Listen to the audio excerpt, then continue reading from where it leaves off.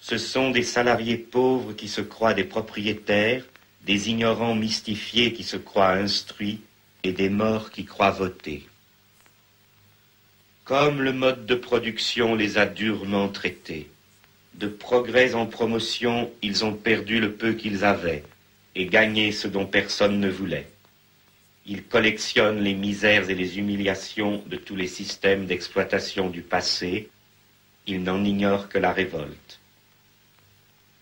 Ils ressemblent beaucoup aux esclaves, parce qu'ils sont parqués en masse et à l'étroit dans de mauvaises bâtisses malsaines et lugubres. Mal nourris d'une alimentation polluée et sans goût, mal soignés dans leurs maladies toujours renouvelées, continuellement et mesquinement surveillés, entretenus dans l'analphabétisme modernisé et les superstitions spectaculaires qui correspondent aux intérêts de leurs maîtres. Ils sont transplantés loin de leur province ou de leur quartier, dans un paysage nouveau et hostile, suivant les convenances concentrationnaires de l'industrie présente. Ils ne sont que des chiffres dans des graphiques que dressent des imbéciles. Ils meurent par séries sur les routes à chaque épidémie de grippe, à chaque vague de chaleur, à chaque erreur de ceux qui falsifient leurs aliments, à chaque innovation technique profitable aux multiples entrepreneurs d'un décor dont ils essuient les plâtres. Leurs éprouvantes conditions d'existence entraînent leur dégénérescence physique, intellectuelle, mentale.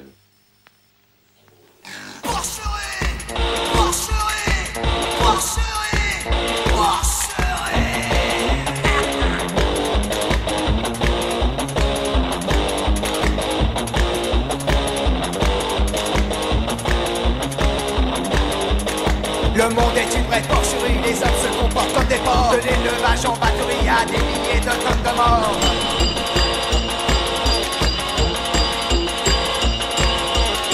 Nous sommes à l'heure des fanatiques, folie, oppression scientifique. Nous sommes dans un état de jungle et partout c'est la loi du flingue.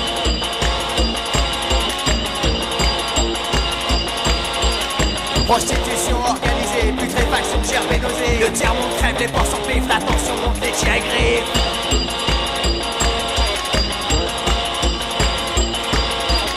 Massacrés dans les abattoirs, brûlés dans les laboratoires, parqués dans des cités dortoirs, prisonniers derrière ton parloir.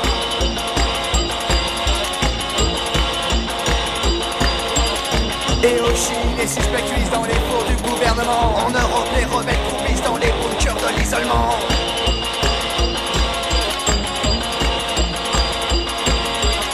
Un homme qui éclate en morceaux, dynamité par des bourreaux. Des singes conduits à